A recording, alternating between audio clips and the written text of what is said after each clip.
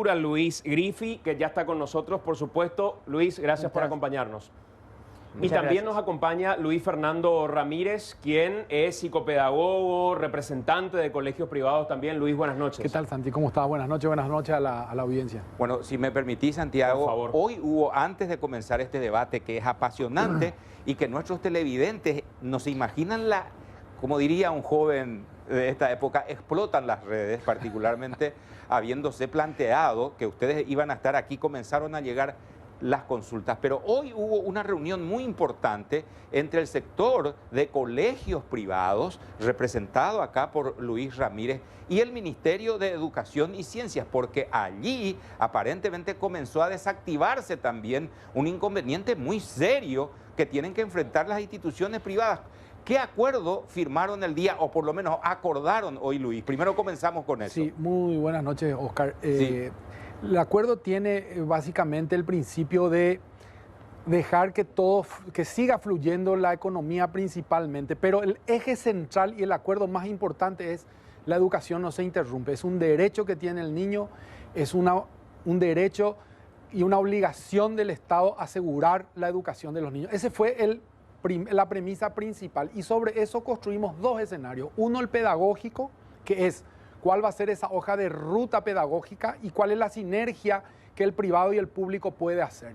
Y aquí una distinción, el sector privado no son los 20 colegios grandes que conocemos. Los colegios privados hay muchos que cumplen una función social importante, son colegios pequeñitos y medianos. Ellos, por ejemplo, que a lo mejor no tienen una buena infraestructura, van a usar la infraestructura del MEC. Y los maestros que están en el sector privado, a lo mejor ya formados o porque estudiaron a distancia, tienen esa formación, van a trabajar en las plataformas nacionales. Ahora ya no hay privado y público. La educación es nacional y vamos a trabajar todos juntos. Y ese creo que es el acuerdo más importante porque ese es el mensaje para la sociedad. De esta crisis salimos todos juntos. El otro nivel muy importante es el de la salud, privilegiar la salud, Oscar. Es decir, no queremos pensar que nos apuremos por volver y tengamos después que lamentar la situación de que tenemos que cerrar un colegio porque alguien terminó afectado por el COVID. Eso es imposible, es impensado. Entonces, hoy la recomendación de salud es quedarnos en casa y no sabemos hasta cuándo, lo cual quiere decir que si todo va bien y en octubre, en septiembre, la cosa mejora, se podrá hacer un progreso paulatino. Entonces, con esos acuerdos llegamos al último, que es también el de la economía. Es decir, que los maestros sigan cobrando, que el Estado ayude a calzar el pago a los maestros para que eso sea traducido directamente sobre las familias en un porcentaje de descuento para que puedan seguir sus hijos en las escuelas y ahí elaborar 4 o 5 estrategias para que las estructuras de los colegios también puedan funcionar. Ahí entra el BNF, entra IPS, es decir, hay un paquete de medidas económicas que se van a tomar para calzar la educación privada, pero asegurando que el maestro cobre y que las familias tengan descuento. Pues convengamos que de todos los que mencionaste, Santi, este último es y vos creo que les costa, y al señor Griffith también. Bueno, el punto sensible. Es lo más sensible. Va a ese Villapagata. ¿Cierto? Va a ir Villapagata. ¿Qué es lo que voy a pagar? Tengo que abonar todavía la cuota. Y ahora que hay la posibilidad de que puedan acceder a un apoyo, creo que desde el Banco de Fomento, ¿quién va a pagar eso? ¿Va a pagar el Estado? ¿Sabes quién va a pagar, Oscar? ¿Quién va a pagar? Y vamos a pagar los contribuyentes cuando exista de nuevo la recuperación económica y con los impuestos podamos devolver ese préstamo que es de todos. Pero Luis, para precisar nomás, sí, vamos a lo práctico y para que no exista posibilidades de duda. ¿Cuánto van a recibir los colegios privados como auxilio para pago a los docentes y cuánto es lo que se le va a descontar a papá o a mamá por cada uno de sus hijos? Ese trabajo fino empieza mañana. ¿Por qué? Porque nosotros queremos ser equitativos, no igualitarios. Equitativos, es decir, hay que darle más al que más necesita. Hay escuelas que van a recibir 100% y hay escuelas que el 10% nomás, porque no necesitan, porque las condiciones de las familias de esas escuelas permiten que las escuelas hagan un esfuerzo de pagar La escuela puede hacer un 20% de descuento, puede llegar un subsidio de 10, son 30, o sea, pero hay escuelas que no pueden pagar nada, como dijo Oscar, no pueden pagar nada. El papá que se quedó sin trabajo, los cuentapropistas, a ellos hay que darle 100. Hay que darle todo, porque la escuela no es solo en la educación, es un vínculo social que tiene el niño. Imagínense que por el COVID un papá le tiene que retirar a su hijo del grupo de amigos de hace 6 o 7 años. Es muy injusto. Entonces le tenemos que ayudar a esa familia a que se mantenga en la escuela, haciendo el descuento que sea necesario y equitativo según la proporción. Luis, ¿quién va a discriminar eso? Porque tengo un trabajo técnico, delicado, duro, fino, para decir, ¿y por qué a nosotros y a ellos sí le dan y a nosotros no? Porque esa discusión va a existir. Va a existir. Porque en todos los casos los padres van a decir, no, nosotros acá la mayoría, colegio privado, la mayoría, y tenemos, pero no tenemos para pagar todo. ¿Cómo van a hacer ese trabajo? ¿Quiénes se van a encargar de decir, este sí, este no? Ministerio de Hacienda y las instituciones privadas que ponemos un equipo técnico que van a trabajar en conjunto cruzando los datos. Es decir, aquellos que tengan la escuela oficial. Hay un mapa muy exacto a través del RUE, está muy exacto, y cruzando con los datos de IPS. Todos los profesores y colegios cuya nómina esté en IPS. Entonces tenemos IPS, tenemos el Ministerio de Educación y la declaración jurada que vamos a hacer todos los colegios para transparentar nuestro personal, nuestro funcionamiento. Pero los padres no están ahí, Luis. Están los padres. Mañana FEDAPAR también va a participar. La situación económica de los padres? ¿Cómo saber? Es decir, no, este señor puede pagar. Es decir, no, yo no puedo. En este momento estoy mal. No puedo pagar. Mañana empieza precisamente el trabajo fino. Fernando Griffith, sí. Ministerio de Educación. Mañana empieza precisamente el trabajo fino, ¿verdad? Por eso Luis hablaba de... Hoy hubo una primera reunión, en realidad es la segunda que tenemos ya, ¿verdad? Pero hoy hubo una reunión con AFD, con Banco de Fomento, con Ministerio de Hacienda, con los representantes de los colegios. Mañana se amplía a los padres. Eso a nivel, por decirlo así, político, ¿verdad? Pero termina esa primera reunión y ya empieza la reunión técnica. Y ahí se va a ver con qué datos disponemos, cómo podemos llegar a dilucidar exactamente esa preocupación que tenés dentro del marco lógico, ¿verdad? Y así, bajo ese espíritu de que la educación es un derecho y de que hay un criterio de equidad muy fuerte, porque aquel que necesita realmente, a él tiene que llegar la ayuda, ¿verdad? Así. Y asegurando también, y esta es la segunda pata de la reunión, lo pedagógico, ¿verdad? Porque nosotros queremos una educación de calidad, no solamente equitativa. Y esa educación de calidad se puede lograr con los medios digitales, pero tenemos que animarnos a cruzar una brecha, ¿verdad? Una especie de frontera que muchos tienen temor de cruzar, pero es el momento de cruzar, porque hoy en el siglo XXI quizás no tener competencias digitales es tan grave como en el siglo XX no saber leer. Es una especie de analfabetismo hoy, y eso tenemos la oportunidad no solamente de generar en nuestros docentes, sino en nuestros alumnos, que en definitiva están en el colegio y en la escuela para eso. A mí me gustaría apretar un poco más la tuerca respecto a lo que mencionabas, Luis. Decías, no va a ser igualitario porque lo igualitario puede ser desproporcional. Buscamos que sea equitativo, pero no sabemos si va a ser justo, te planteo, porque capaz una persona que tiene una casa de un nivel medio para arriba tenga como cabeza de hogar a alguien que haya quedado sin ningún ingreso, porque esto es lo que tiene esta situación, que de repente deja fuera... Mamá, cabeza de familia. Claro, mamá quedó totalmente fuera de la posibilidad de acceder a vender sus productos, porque justo está en la franja de quienes no pueden retomar sus actividades. Entonces, ¿quién va a hacer ese trabajo equitativo como para decir, sí, la familia de Óscar Acosta es diferente a la familia de Santiago González, independientemente a que estén en la misma franja social? Para ser equitativos, digo. Ahí hay un doble trabajo. O sea, yo creo que con el gobierno el acuerdo es macro y hay un primer principio de decir, bueno, las zonas de mucha vulnerabilidad, de alta vulnerabilidad, 100. Las zonas, y vamos haciendo una escala. Pero después al colegio le va a tocar hacer ese análisis más fino, decir, bueno, 40% de mis maestros me paga ya el Estado y yo voy a hacer un gesto y voy a poner 10 o 15% y va a ser 55% el descuento. Entonces, esa es la fórmula que nosotros creemos puede traducirse en equidad, porque nadie conoce mejor a su familia que el colegio. Entonces el colegio tiene que dar un gesto, estamos dispuestos a dar un gesto. Con la ayuda que vamos a recibir del Estado, eso va a crecer muchísimo más. Aquel que iba a dar 10 o 20, ahora con la ayuda del Estado puede llegar a 40, 50, 60, ¿verdad? Entonces ahí creemos que se va a hacer ese equilibrio de justicia. Es un trabajo. No, yo sé que es duro el trabajo, pero voy porque yo estoy leyendo ya desde esta tarde, no ahora, desde esta tarde las opiniones. Sí. Por ejemplo, leo una opinión que puede que, no digo que sea general, vamos a poner entonces como un deber de todos nosotros poner eso que Luis y Fernando creo también ya lo remarca, el derecho a la educación de los chicos como premisa fundamental. Tenemos que estar convencidos de eso, todos.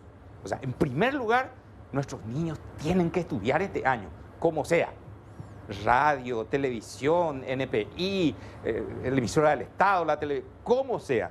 Y acá viene lo primero. Y dice, voy a hacer nomás que ya repitan su preescolar, porque quiero que aprendan, no quiero que pasen nomás de grado. Sé que muchos padres que están viendo y escuchando dicen lo mismo, no va a ser igual, pero tiene que pasar de grado. Ese es un riesgo que vamos a correr, Luis, Fernando. Pues, pero Sí. vamos a mirar desde el otro aspecto, ¿verdad? Hay mucha gente que no conoce simplemente ese mundo digital, ¿verdad? Yo, por ejemplo, ahora Correcto. mismo te puedo pasar a tu WhatsApp un examen, una evaluación sobre lo que vos me pidas. Y vas a hacer en tu celular y en el instante que haces clic para terminar, yo voy a saber cuánto es tu calificación.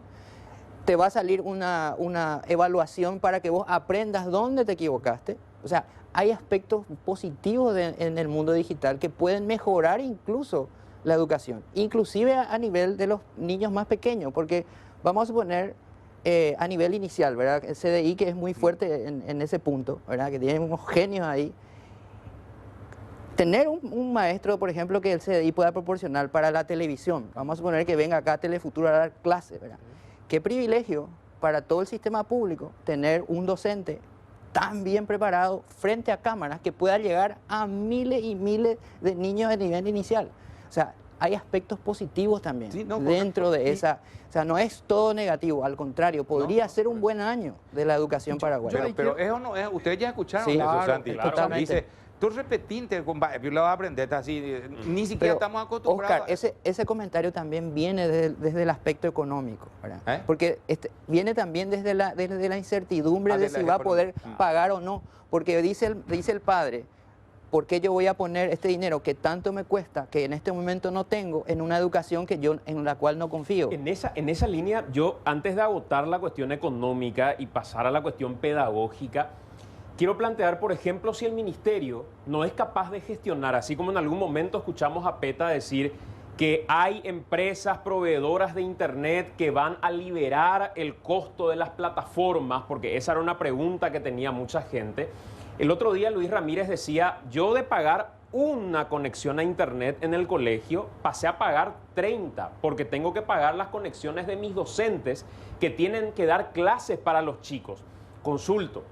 ¿Qué pasa si el Estado paraguayo gestiona la liberación de energía eléctrica para los colegios, la liberación de Internet para los docentes que van a gestionar estas plataformas? Porque no todo sale solo de darle plata a un sector. A veces también la gestión hace y mucho cuando empezamos a liberar Claro. y cortar ciertos costos de la planilla. ¿Es posible eso? Claro que sí, mañana hay una reunión, va a estar, tengo entendido que el ministro Benigno. Entonces todo es posible y lo que estamos viendo con todo el equipo y también ahora con Luis es que la creatividad está aflorando, ¿verdad?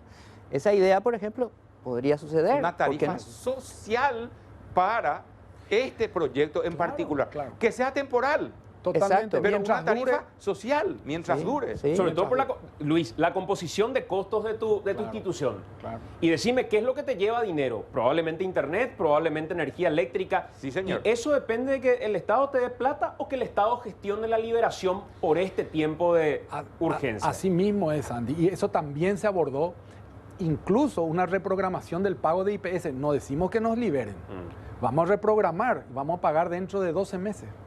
Eso también es una gestión, no le cuesta nada a nadie, pero le oxigena a la institución para que la institución también pueda traducir eso en un beneficio a la familia. Hoy hay muchas fórmulas ahí puestas en ese detalle fino que decía el viceministro Fernando Griffith. O sea, creemos que estamos en buen camino y que esas acciones, como decía, desde la creatividad tenemos que ir buscando porque hay mucho todavía para hacer y gestionar un beneficio.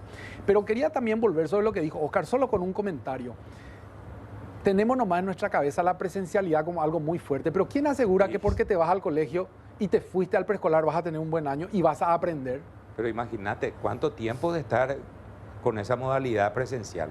Toda nuestra vida, nuestros abuelos, nuestros padres, nosotros, gran parte de nuestros ¿Qué hijos. fortalezas desarrollamos para llegar con otras vías? Es fuertísimo, es fuertísimo. Por eso digo, pero yo entiendo el sentimiento de la gente, porque nosotros, allí la escuela cumple dos funciones, la de educar, pero también la de un tiempo donde el niño está. Contener. Claro. Y le permite a la familia, a la señora trabajar, irse tranquila a su trabajo. Absolutamente. Y eso hoy no pasa, entonces eso pone también un poco de nervio en esta ecuación. Luis Ramírez, Fernando Griffith, nuestros invitados, porque la gente dice, ¿con quiénes estamos? Y muchos pueden que no los conozcan, ¿verdad? Bueno, el señor Fernando Griffith es viceministro en la cartera de Educación y Luis Ramírez es pedagogo, es docente y está también aquí ubicado porque está negociando todo lo que tiene que ver con la educación privada en particular.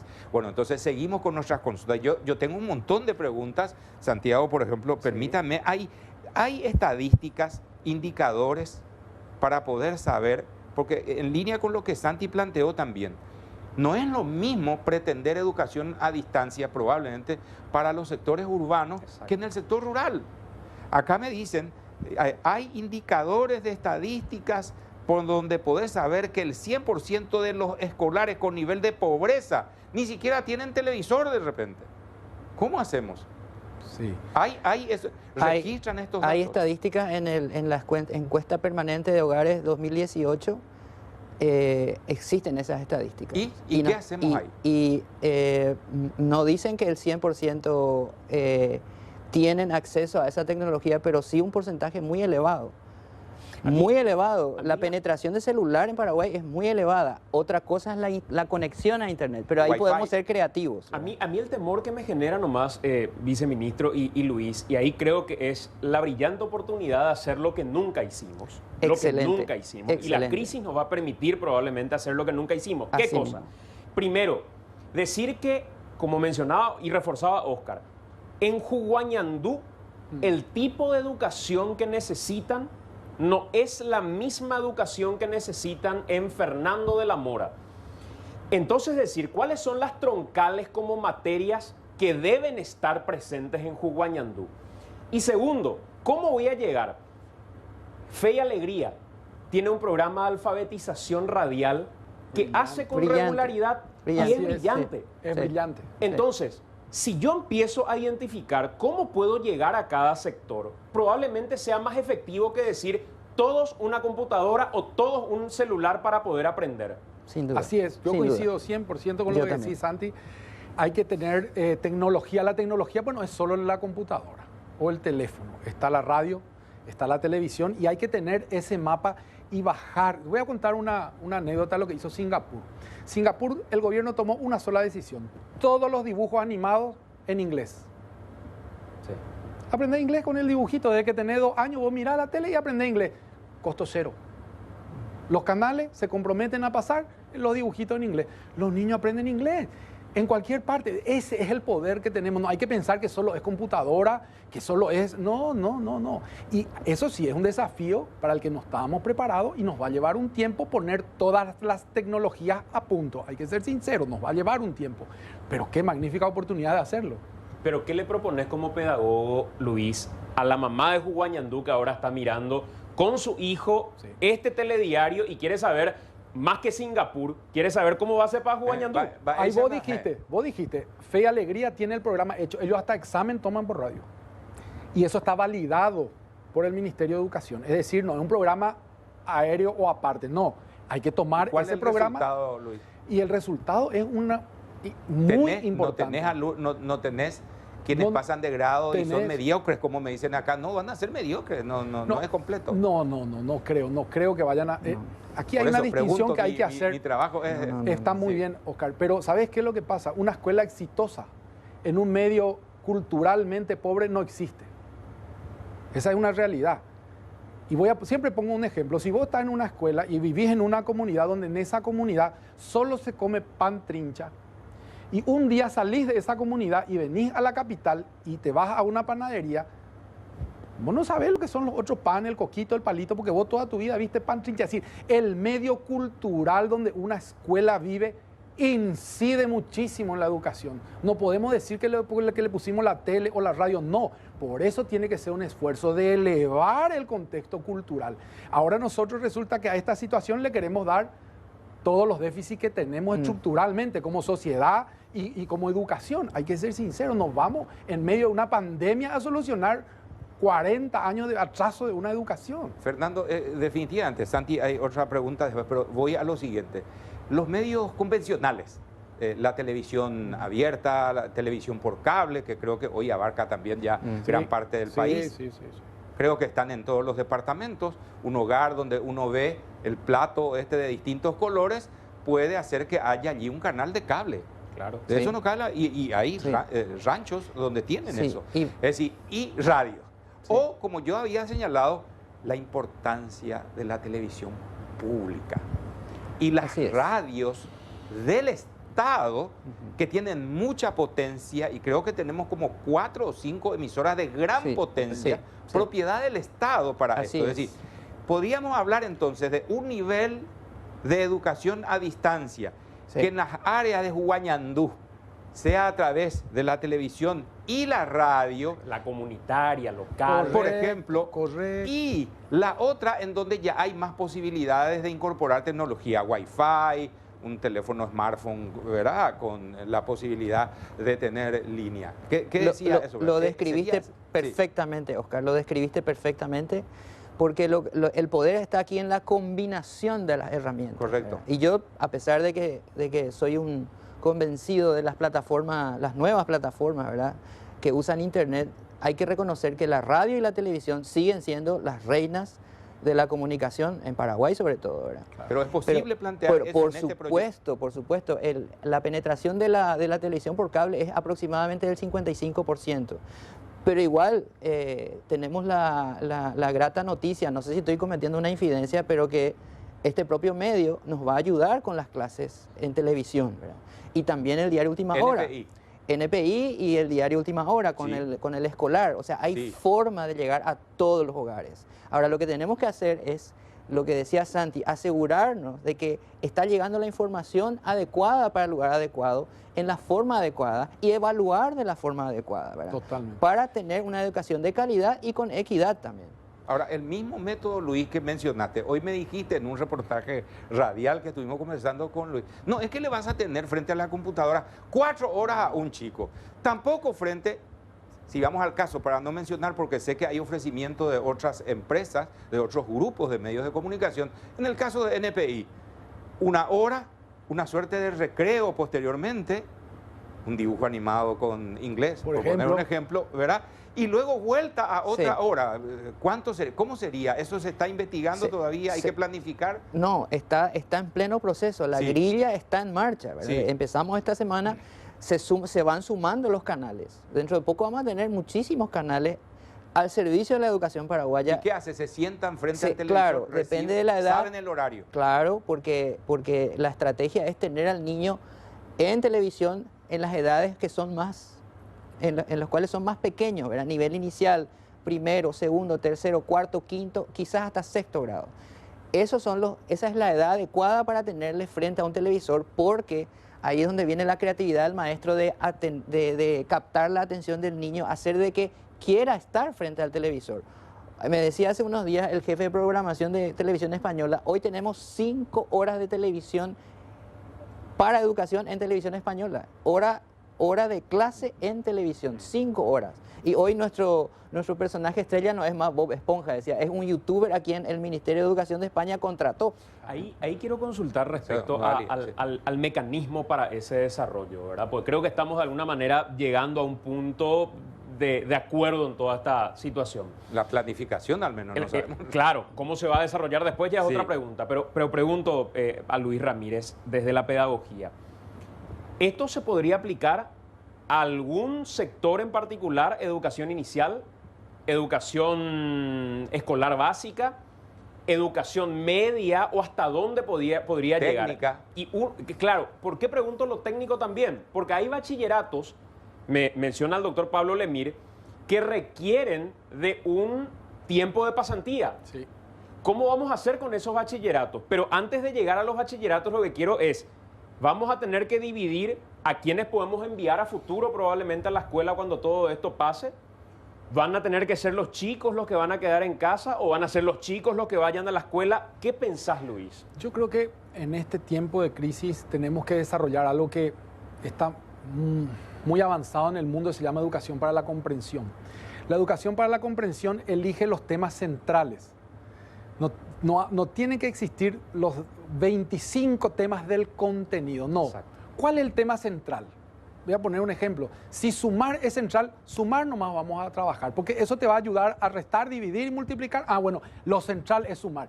Acortás tu programa, no puede ser igual que un programa de más horas de presencialidad, pero me voy sobre los temas fijos. Entonces, para poner un ejemplo, en vez de dar 100, yo doy 50 nomás, pero ese 50 depende de ese todo el resto. Claro.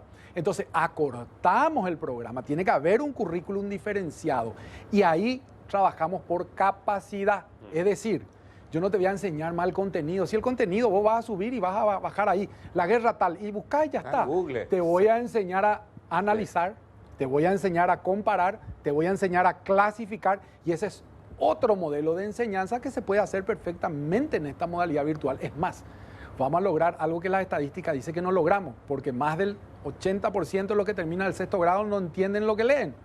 Entonces nosotros vamos a trabajar para que entiendan, después que lean. Es al revés el proceso.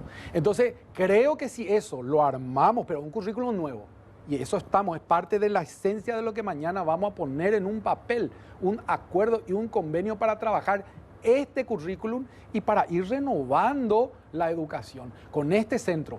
Menos contenido y más hechos fundamentales para desarrollar el pensamiento de los chicos. Entonces ahí... ¿Cómo miden los padres lo que acaba de Muy decir interesante. Luis? Porque acá el rol del padre, ¿qué dieron hoy? Entre comillas. No, y nos dijeron que solamente es matemática para poder entender. Eso nomás. Y con eso va a pasar después. Sí. Y no tiene la dimensión de lo que acaba de decir Luis.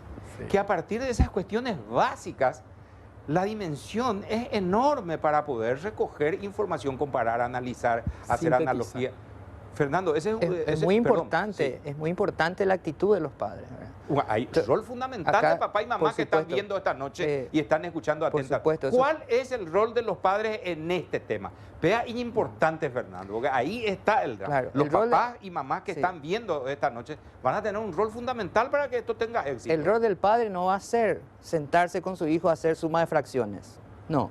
El rol del padre va a ser hacer que su niño se siente a la hora que está el programa de televisión, le haga escuchar el programa de radio, asegurarse de que él está en un marco lógico de horario, de alimentación, poner una disciplina que no es el castigo, sino es un orden dentro de ese esquema, y luego ser una persona que tiene, como dicen los psicólogos, una mirada apreciativa hacia lo que va a suceder, ¿verdad? El efecto Golem, el efecto Pigmalión, decir, wow, eso aprendiste, hacerle preguntas, hacerle hablar, eso va a generar un clima distinto en la educación. Y ahí hay dos elementos. Uno, que tenemos que pensar en dar esa capacitación a los papás también. Es Algún verdad. programa tiene que ir para la mamá, tiene que ir para el sí, papá. sí. Señora, no pierdas el vínculo con tu hijo por culpa de la escuela. Por Sí. favor, no hagas eso. Y- No y- haga el vínculo, es lo central. Sí. Que no sea la escuela la que te separe de tu hijo. Imagínate un poco. Uno. Dos, nosotros tenemos que procurar darle también y decirle, en esta semana, señora, usted tiene que identificar color y forma. Y ella va a saber así, eso puede, tu hijo identifica color, identifica forma. Check, listo, pasa la siguiente semana. Es decir, podemos también darle indicadores para que miren el progreso de su hijo. En manera muy simple, muy sencilla. Pero ese es el nuevo programa y currículum que hay que trabajar. Bueno, y yo creo que aquí es importante, perdón por ir a este punto, pero con quienes conversamos saben que somos apasionados de este tema. Contrato social, peligro, guasupe, y que la responsabilidad de la educación es de la comunidad, jamás la comunidad educativa. ¿quiénes forman parte de la comunidad educativa? Los padres. Es responsabilidad de todo, que es lo que estás mencionando, sí. Fernando, Así mismo. Luis, ¿verdad? Taxativamente Así mismo. dice la Constitución Dice. Nacional de la familia, en primer lugar dice. Sí. Y después dice del municipio, de La sociedad y el Estado. Sí, Exacto. concretamente. Los Así es. docentes, ese es un tema. Dice, ¿y la capacitación de los docentes para esta etapa? Estaba Fernando. por mencionar, Oscar, Sí, que a va a ver. haber un programa de televisión. Hay ya algunos nombres que se están barajando, por ejemplo, Maestro 2.0, ¿verdad? Que era un proyecto que ya veníamos trabajando hace meses, ¿verdad? Que es para capacitar a los docentes al mundo digital, ¿verdad? Pero no se puede separar la pedagogía del docente, esa pasión del docente de sus capacidades digitales, sino que utilizar ese talento, esa pasión y darle el marco digital, y él mismo se va a entusiasmar y va a ser un antes y un después del docente si es que él asiste a esos programas, ¿verdad? Estamos viendo el horario, estamos viendo el medio, pero ese programa es una realidad. Se está gestando en este momento la malla curricular de ese programa, se está viendo cuál es el mejor horario y vamos a tener acompañamiento de la gente de la UNA con sus docentes capacitados en el mundo digital para tener también una visión en las nuevas tecnologías y las capacidades que no fueron desarrolladas hasta ahora en nuestros docentes. Mi temor nomás es que cuando hablamos tanto de lo digital, se confunda con que ese es el único mecanismo con el que se va a llegar. Por eso insisto tanto en cuáles van a ser las fórmulas para qué comunidades. Porque acá ya hay gente que está preguntando, ¿y van a repartir computadoras para Sí, los docentes? ya me preguntaron a mí. Como A si todos. todo pasara por la computadora. Y no sé, pienso en las unidades de salud familiar que permitieron tener más cerca a el señor de tal barrio, a la señora de tal barrio. Totalmente. Y el médico de ese barrio que sabe en qué situación está cada una de las personas. Y fue un modelo que fue progresando, se lo abandonó en algún momento y ahora retorna. ¿Cómo hacemos para que ese modelo del cura de la comunidad, del médico de la unidad de salud familiar del barrio o de la zona, también pueda traspolar al docente, que mira el cuadernillo, que vea si es que se hicieron las tareas? ¿Es posible, Fernando? Es posible y hoy estuvimos hablando de eso y formó parte un poco de la estrategia, por eso nos reímos con Fernando, porque este tema lo tocamos así. ¿Sabes qué? Respetando las distancias, respetando todo el proyecto de salud como prioridad, los docentes van a ir a las instituciones por hora. 3 docentes, la institución va a tener internet, la institución va a tener la computadora. Correcto. Y de ahí... Público y privado. Correcto, público y privado. Sí. Y de ahí el docente va a hacer 2 cosas. Va a tener un tiempo para impartir su clase, controlar, ver, asistir y formarse y capacitarse. Entonces, 2 en 1 de una manera práctica que no le dé costo al docente, porque el docente también, como dice, no tiene computadora, no importa, te vaya a tu institución, en tu institución te van a esperar, ahí va a haber una computadora, va a haber internet, ya no le vamos a tener que dar tampoco el internet al docente porque va a usar de la escuela y vamos a hacer llegar, en mi caso, en vez de 30 docentes, multipliquen por la escuela, número de escuela, solo a la institución el internet y de ahí... Pero Luis, en términos tecnológicos, este es un primer puerto. Sí. El otro puerto, en la casa. Y hay chicos que son chicos que tienen diferentes horarios y diferentes... Y vos decís, pero hay una notebook en la casa, un aparato, sí. uno. Y vos decís, ¿y a quién le doy? ¿Cómo es? Si ahora mismo se están peleando por utilizar, ¿cómo hacemos? Todas las estrategias, Oscar, son del tipo responsive, o sea que funcionan también en celulares, ¿verdad? El problema va a ser cuando haya un solo celular, por ejemplo, ¿verdad? Pero para eso también existe que esta tecnología te permite, si no estás conectado en ese momento de la clase, te puedes conectar más tarde. Podés entrar a descargar las tareas que se dejaron, porque en esas aulas virtuales todo queda registrado, incluso lo que dijo el ¿Por maestro. cuántas horas? Todo el tiempo, todo el tiempo, no, todo es que el Pero tiempo. ¿sabes qué tenemos que romper ahí, Oscar, para que eso pase?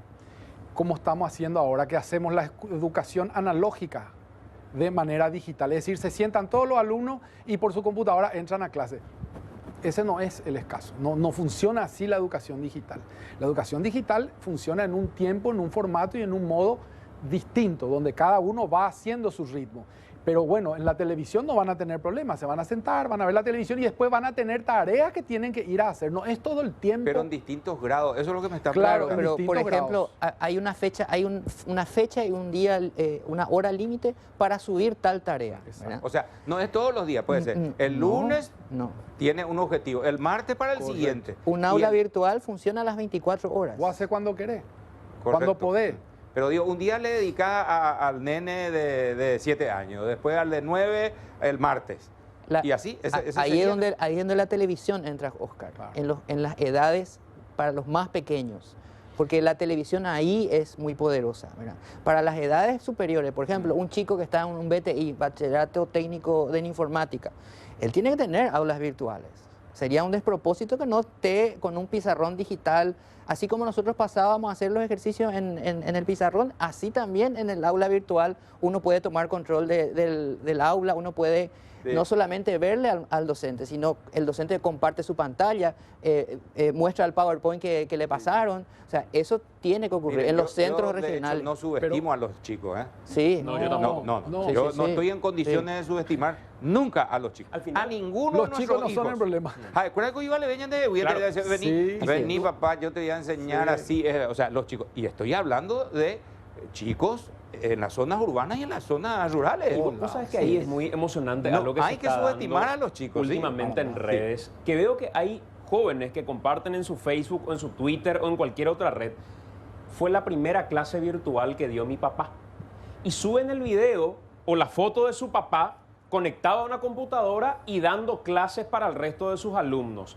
O sea, se pueden generar mecanismos. Hoy el Congreso paraguayo sesiona y toma decisiones a través de estos Históricas, medios. sí. ¿Y por qué no podríamos hacer, siempre y cuando identifiquemos cuál es el modo más efectivo para llegar cada a lugar? cada sector, Esa es. sin estandarizar un modo determinado? Así es, así es. Hoy, por ejemplo, tenemos una docente que es brillante, por ejemplo, en el área de proyectos relacionados a la química, que vive en Carapeguá, que hoy es directora de un colegio.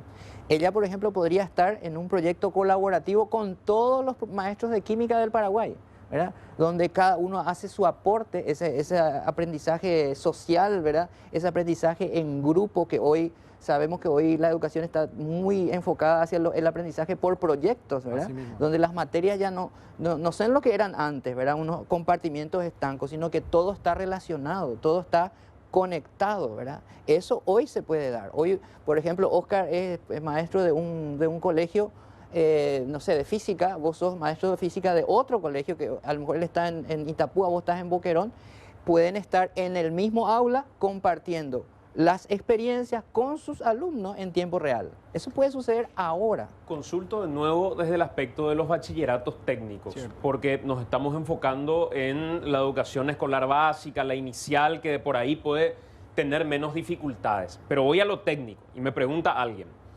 ¿cómo mi hijo aprende diseño industrial o electromecánica, que es su especialidad, sin el taller? Tengo que comprar un soldador, un motor, un torno. ¿Cómo voy a hacer para desarrollar eso en casa? Yendo ya a los bachilleratos técnicos. Sí, ahí es más complicado, ¿eh?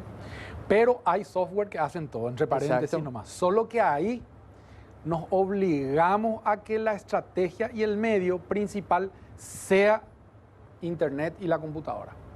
Difícilmente por radio podamos hacer. Hay simuladores ¿verdad? para cada pero, situación. Pero hay.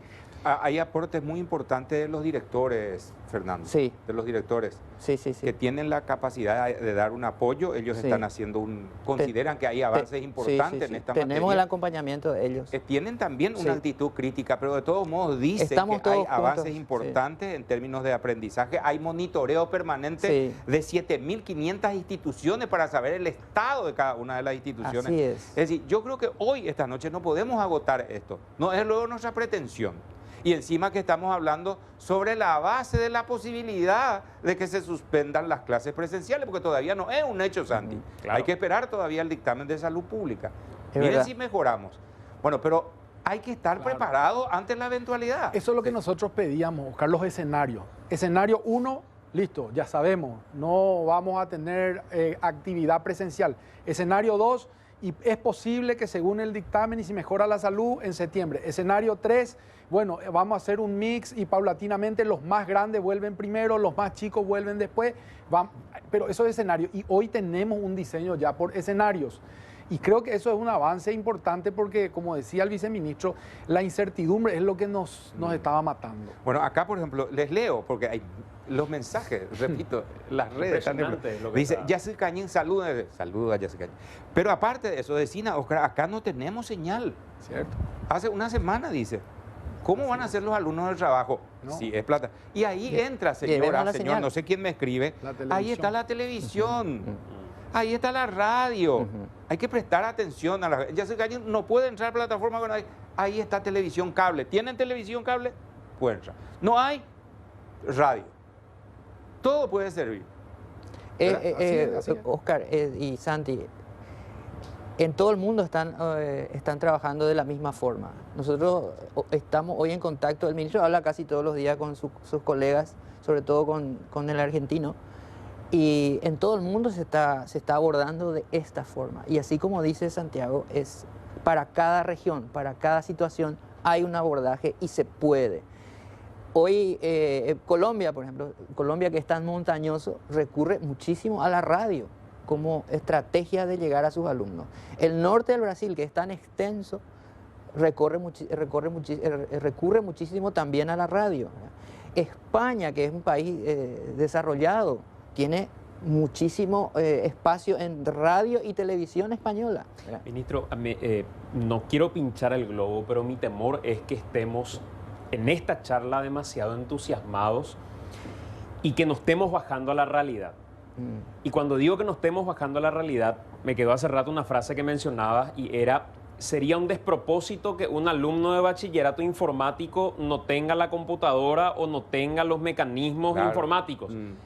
Pero nosotros tenemos colegios técnicos y lo veíamos en tapa última hora o en nuestros servicios informativos que no contaban con lo básico, ni siquiera en presencia. Los bachilleratos técnicos en informática recibieron equipos nuevísimos. Claro, todos. traspolo a cualquier otro Sí, bachillerato, sí. ¿verdad? Entonces, mi planteamiento es, más allá de nuestras emociones, porque creo que todos estamos conectados en la necesidad de elevar la vara. ¿Cómo vamos a bajar esto a lo práctico, Luis? Yo diría ¿Y tenemos tiempo para hacerlo o no?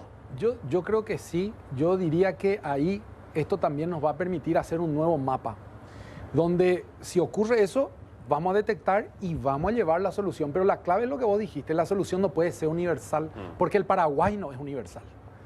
Acá tenemos 17 departamentos, tenemos que ir para cada departamento y otra vez la realidad en el departamento es diversa. Y está la realidad cultural también, están los También, pueblos indígenas. Pero el Por ministerio ejemplo. tiene la posibilidad de tener ese mapeo Sí. y la posibilidad de a través de su red extensa llegar a conocer. Lo importante es que diga la gente, no tenemos computadora, tenemos que... Entonces vamos todos juntos porque ahora en esta situación de la educación como centro, a lo mejor no tiene la escuela, pero hay una escuela privada que tiene. Sí.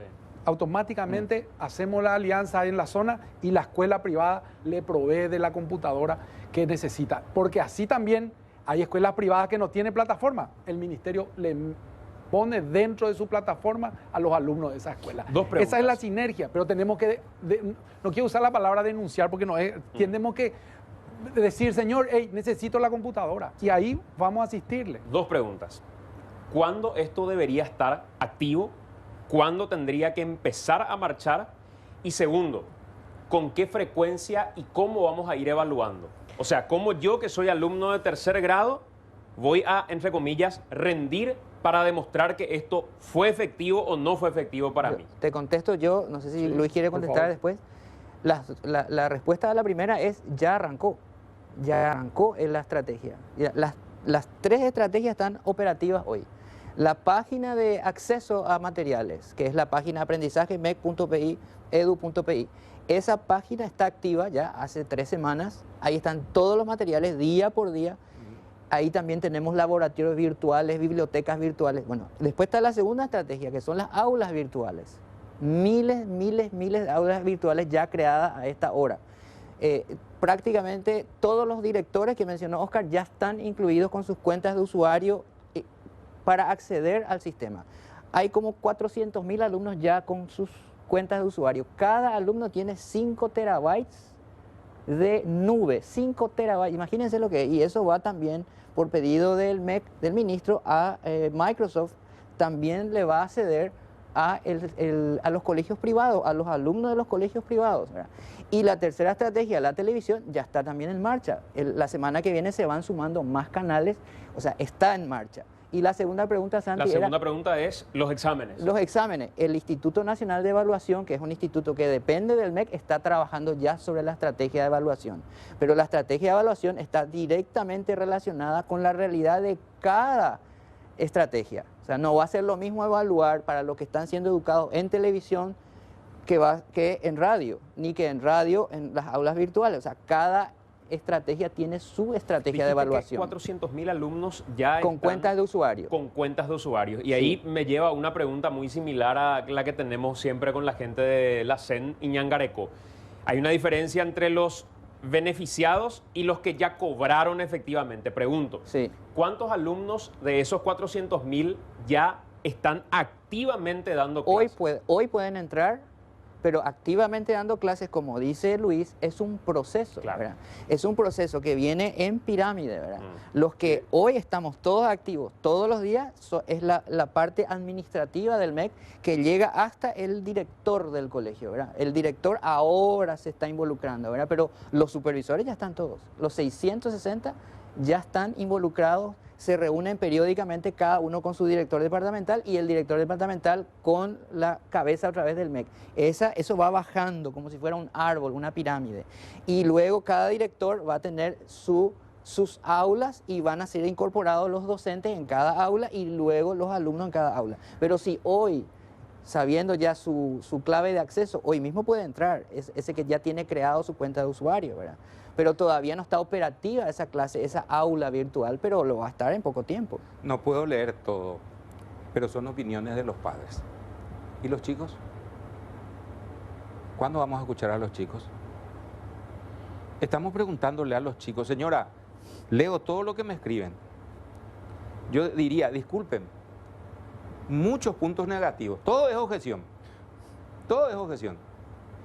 Y yo puedo entender la objeción de la gente. Es un territorio desconocido para nosotros. Y de repente, en pleno vuelo, como dijo alguien, tenemos que tratar de que el avión continúe. Yo entiendo. Le escuchamos a los chicos, ¿cómo hacemos para decir, vos qué opinás de esto? ¿A vos te gustaría estudiar? Le preguntamos a nuestros hijos, ¿qué les parece si hacemos ese ensayo? Vamos a preguntarle, ¿te animás vos a hacer una clase virtual? ¿Vos aceptás el desafío? ¿Qué dicen nuestros niños? Estamos conversando con ellos. Pregunto, ¿o ellos tienen que solamente vivir de la opinión de los que estamos escribiendo esta noche? Quizás me Recién equivoque. dijeron que FEDAPAR va a estar invitado, pero no sé si en la mesa van a estar mañana. los estudiantes. Bueno, este es un asunto, por el momento se está tocando lo económico, ¿verdad? Y después lo pedagógico. Bueno, y evidentemente la opinión de ellos, por supuesto, siempre cuenta, ¿verdad? Pero yo tengo la percepción, Santi, de que hay más temor en los padres que en los chicos. Pero por ¿verdad? supuesto, y condiciona ya a los niños. Yo no tengo la menor duda de eso. Es fácil. Yo ya no tengo hijos en la escuela, pero tengo nietos que van a la escuela. Y ya son sus padres los que van a incidir sobre la educación de los mismos y el futuro, ¿verdad? Pero digo, ¿qué vas a hablar vos en vez de nosotros? No, yo estoy diciendo, le estamos escuchando, nuestros niños aceptan el desafío, quieren hacerlo, porque Leo dice, Wi-Fi y paquete de datos caros, las páginas se saturan. Encima, agrega otra persona, sumarle que hay cortes de energía eléctrica.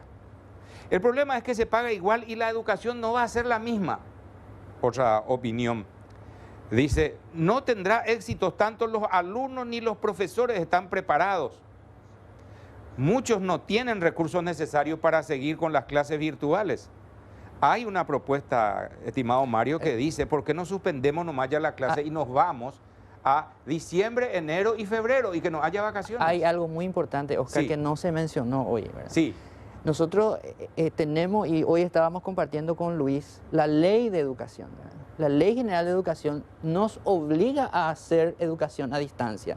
Si existe un impedimento físico, y esta es la situación, no hay condiciones físicas de estar en la escuela y lo tenemos que hacer. No es una idea del MEC, no es, y probablemente toda la legislación a nivel mundial hable en los mismos términos. Nuestra ley tiene más de 20 años y nos obliga a hacer la educación a distancia. No es una opción. Y por otro lado, la educación es un derecho. Acá hay gente que por varias razones, y creo por eso es importante tenerlos a ustedes y tener esta devolución también, que nos está diciendo: mi hijo ya es consciente y quiere que le sirva el bachillerato.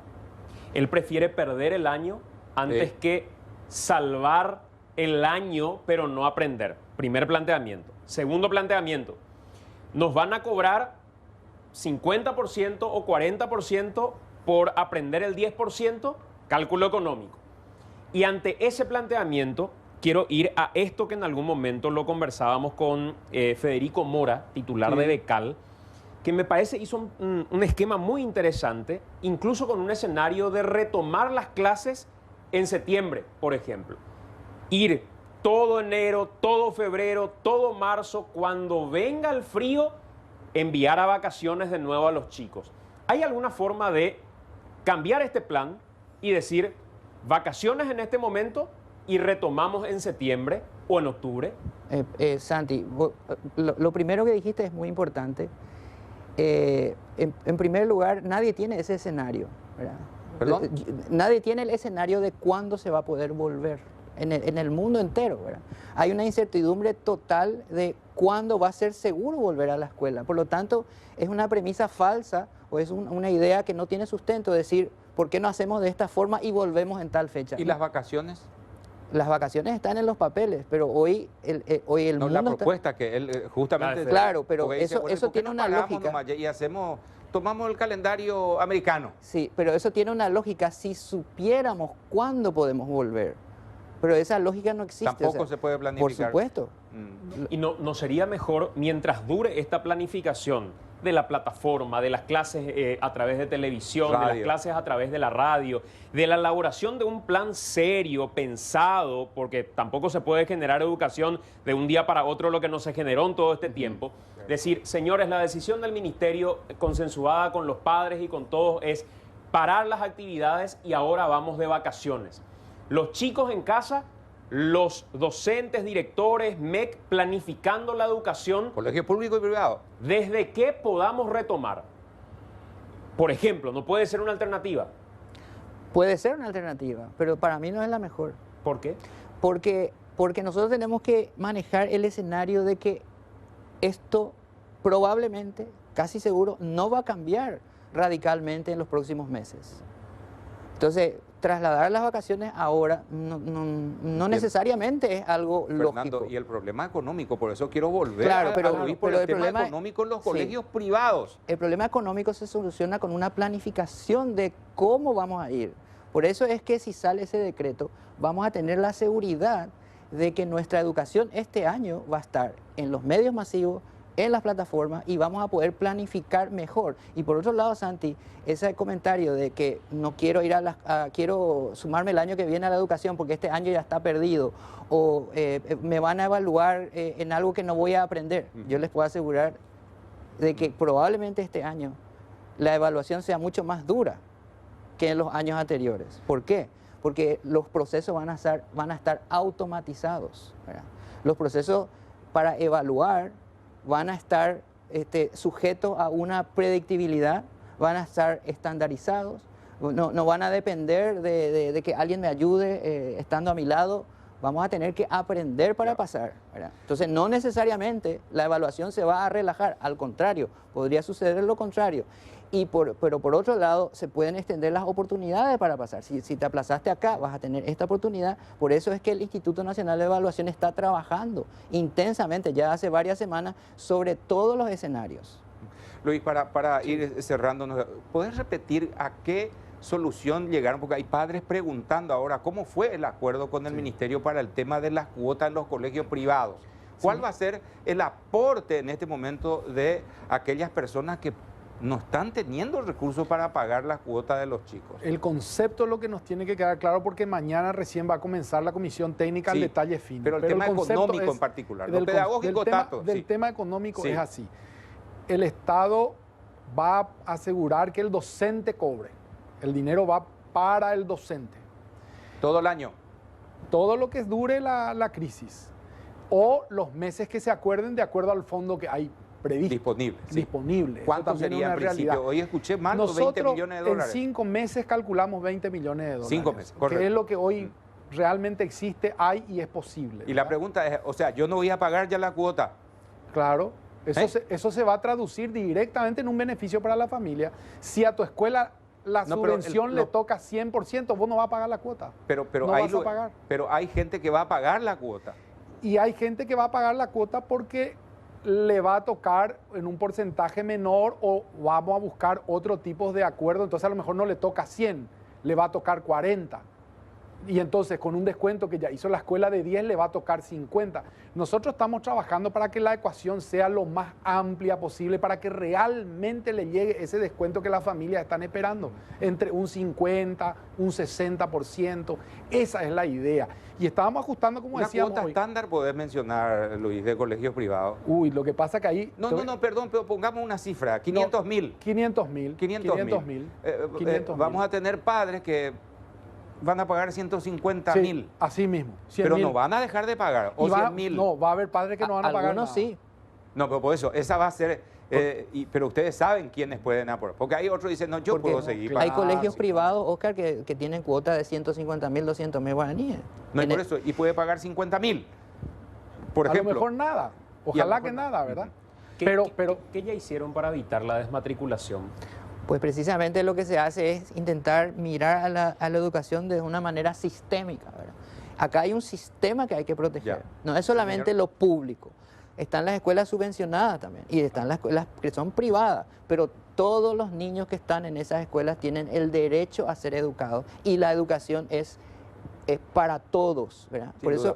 Por eso es que el sistema es el que hay que sostener. Si por ejemplo, el sistema privado pierde muchos alumnos, va a tener que recogerlo el público. Claro. Sí, así es. Va a asumir ¿Verdad? su Y si responsabilidad, bien sin la duda. relación hoy de docente-alumno es 1:17, o sea, hay escuelas que tienen muy pocos alumnos, Claro. pero Se no puede necesariamente están repartidas de la manera como se tienen que, como van a recibir esos alumnos. Entonces, hay que sostener el sistema. Fernando, ¿verdad? gracias por el tiempo, Luis. A Gracias, ustedes. gracias a ustedes por darnos la oportunidad de compartir con las Muchas familias. Hay que seguir.